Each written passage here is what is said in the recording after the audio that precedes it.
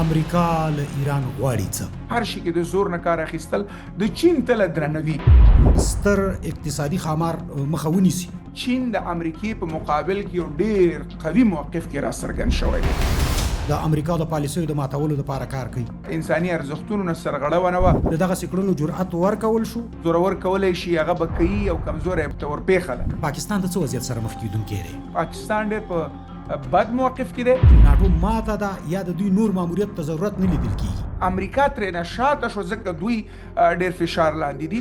روسیا د خپل دغه حیثیت په دې جګړه کې ساتلی شي. ایران تصفیه کولو سره دا د چین ممکنه لاسته د ولیدونه راوګرځي. نوې خطکشۍ به ورسره ومني امریکا نهایت کوشش وکړي چې جګړې ته لاړ نشي. د ایران سره خبره همدومره ترخه حالت ته رسېدلې ده.